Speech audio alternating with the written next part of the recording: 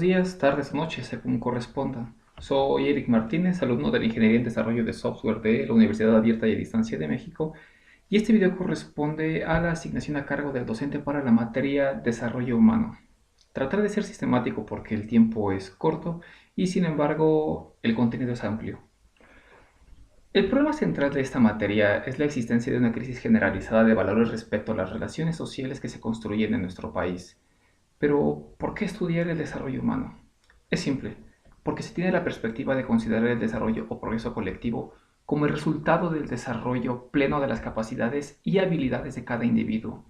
Por ello es indispensable que el ser humano se concientice de sus potencialidades mediante procesos de autorreflexión, crecimiento, humanización y conquista de la libertad a través de dos facultades esenciales, que es la inteligencia y el fortalecimiento de la voluntad. Se han retomado postulados esenciales respecto de la conducta ética humana y la posibilidad de enunciar juicios morales en torno a las acciones que realizamos cotidianamente, como los que se revisaron a través de Santo Tomás de Aquino. La pertenencia de la materia como asignatura de tronco común a todas las carreras se encuentra dada por la entrega de contenidos básicos que nos permiten comprender todas las acciones humanas conscientes, determinar el carácter ético de ellas y ayudarnos a identificar cuándo nos enfrentamos a un dilema ético y cuándo no. Inicialmente, la unidad 1 trata del desarrollo humano y la libertad. En esta unidad se revisaron los elementos que intervienen en la justificación de todo acto, así como sus posibles valoraciones, por medio del estudio de distintos contextos y de sus consideraciones particulares. Es aquí que revisamos en particular la ética atomista. Comencemos diciendo que el hombre es un ser social. Su carácter social es inherente a su naturaleza y se deriva tanto de su condición corpórea como de su carácter racional. Su condición corpórea es precaria, pues no posee los medios o recursos suficientes para subsistir por sí solo, pero también es racional porque puede conocer y aceptar el orden social. Además, es un ser libre. La libertad es una facultad propia del hombre, es inherente e irrenunciable. La libertad es la modalidad de la voluntad por la cual ésta se determina a sí misma a elegir un bien particular, a hacer o dejar de hacer. Es decir, los actos humanos son acciones sobre las que el sujeto ejerce control por sí mismo, a diferencia de los hechos humanos, que son acciones involuntarias. La libertad deriva en consecuencia de la razón y de la voluntad, porque una vez que se ha entendido el objeto, se puede tender hacia él o bien se puede rechazar. No se puede desear lo que no se conoce. Ahora bien, ningún acto humano escapa a la moralidad, es decir, se califica como positivo si se ordena el fin último del hombre o negativo si no es así. Por ello es que todo acto humano es libre y razonado e implica asumir la responsabilidad de los resultados. En este sentido, la libertad, orientada por la razón, permite lograr los mejores resultados en todo aquello que se emprende. Para evaluar y estudiar a los actos humanos se utiliza a la ética y a la moral, las cuales se ocupan de las normas o costumbres que rigen la conducta de los miembros de un núcleo social desde la bondad o maldad que involucran. La dimensión moral del acto voluntario está constituida por tres elementos: el objeto, fin y circunstancias, que es precisamente la ética atomista de la que estaba hablando hace un momento. El objeto es el que señala el fin propio de la obra, la acción como tal. Puede ser bueno, puede ser indiferente o puede ser malo. Por ejemplo, el acto de robar. El fin señala la intención del sujeto que obra, es decir, el propósito que se persigue con la realización del acto. Puede ser bueno, puede ser malo, pero nunca es indiferente. Finalmente, las circunstancias señalan los elementos accidentales que rodean al acto voluntario. Pueden referirse a las circunstancias clásicas o cotidianas que se refieren al qué, al cómo, con qué, con quién, dónde, cuándo. Las circunstancias pueden ser buenas, pueden ser malas o indiferentes, y generalmente dan cierto grado de bondad o maldad objetiva a los actos. Como conclusión de la unidad 1, la libertad humana, para ser plena, siempre tendrá que ser precedida por la reflexión en torno a las circunstancias que nos rodean, los objetos que perseguimos y los fines que deseamos. En la unidad 2 tuvimos la oportunidad de revisar el compromiso individual y social del ser humano. Tuvimos la oportunidad de estudiar la condición social del ser humano para reconocer la importancia de actuar responsablemente a partir de la percepción personal de alteridad y dignidad humana. En la unidad anterior explicamos que el hombre posee voluntad y posee razón, es decir, inteligencia. Estas dos facultades le permiten no solo aprovechar los recursos de la naturaleza en su propio beneficio, sino aportar con su trabajo y experiencia al servicio de la sociedad en aras del bien común de todos y cada uno de sus miembros. La naturaleza del hombre en consecuencia es dinámica. Sin embargo, se pueden distinguir tres aspectos importantes que forman parte del hombre como ser racional: su naturaleza biológica, el ser social y el ser psicológico. Respecto a su naturaleza biológica, esta dimensión se refiere a la estructura que tenemos fisiológicamente.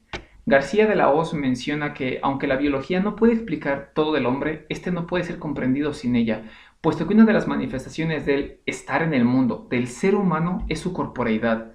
Esto quiere decir que nuestro cuerpo es la condición que nos permite existir, aun cuando nuestro ser no se reduce a dicha corporeidad.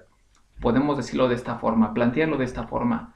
Para entender al ser humano es condición necesaria, pero no suficiente. El ser psicológico se expresa en la mente de cada individuo y está relacionado íntimamente con nuestros pensamientos, nuestras emociones, incluye también el entendimiento, el raciocinio, la percepción, la imaginación y la voluntad. La dimensión psicológica tiene como condición de posibilidad la configuración biológica y la interacción con otros seres humanos. La percepción es a través de nuestros sentidos y permite tener ideas y sentimientos. Finalmente, el ser social. Somos seres sociales porque todos nuestros actos refieren siempre a nuestros semejantes, tienen influencia en ellos o nos vemos influidos por ellos. Así, todos los seres humanos pertenecemos a grupos sociales como familias, comunidades, sociedades, organizaciones, empresas, conformando a su vez la cultura que se expresa en el lenguaje, el arte, la religión, el gobierno, los valores, entre muchos otros elementos. Ahora bien, también tocamos el concepto de dignidad humana en esta unidad.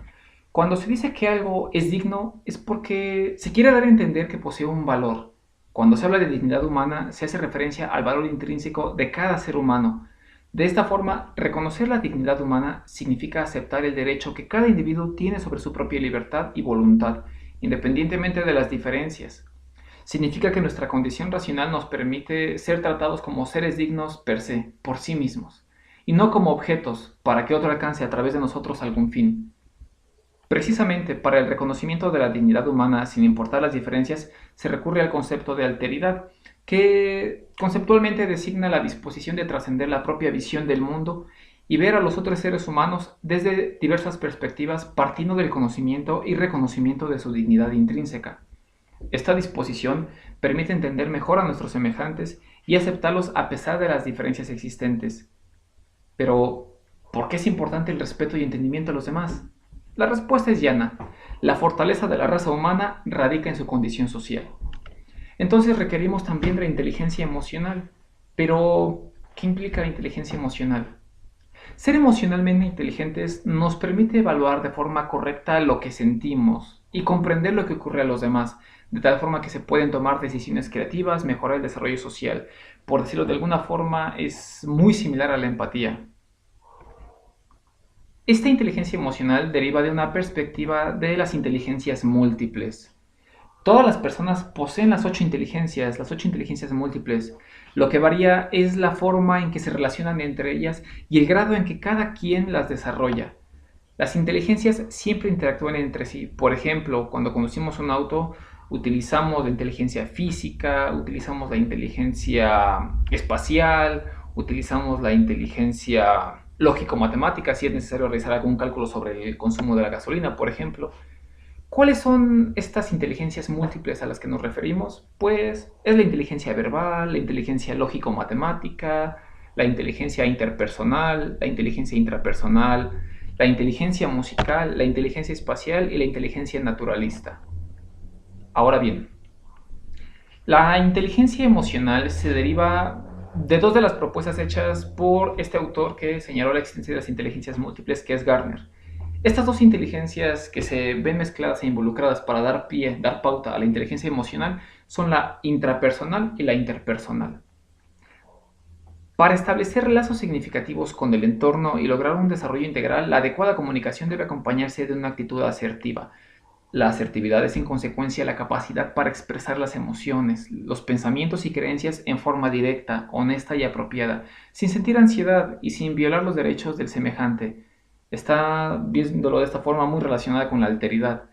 Pero si se quiere ser una persona inteligente emocionalmente, la primera habilidad que se debe desarrollar es la de reconocer lo que se siente, lo que equivale a decir autoconocerse. Finalmente, en la unidad 3 revisamos los valores y proyecto de vida. En esta unidad se determinó la importancia de los valores para establecer y justificar responsablemente los criterios que guían los actos en la toma de decisiones, entendidos como cualidades que se confieren a las cosas, hechos o personas, es decir, una estimación que puede ser positiva o negativa. Ahora bien, la valía del objeto es atribuida por el sujeto, de acuerdo con sus propios criterios e interpretación.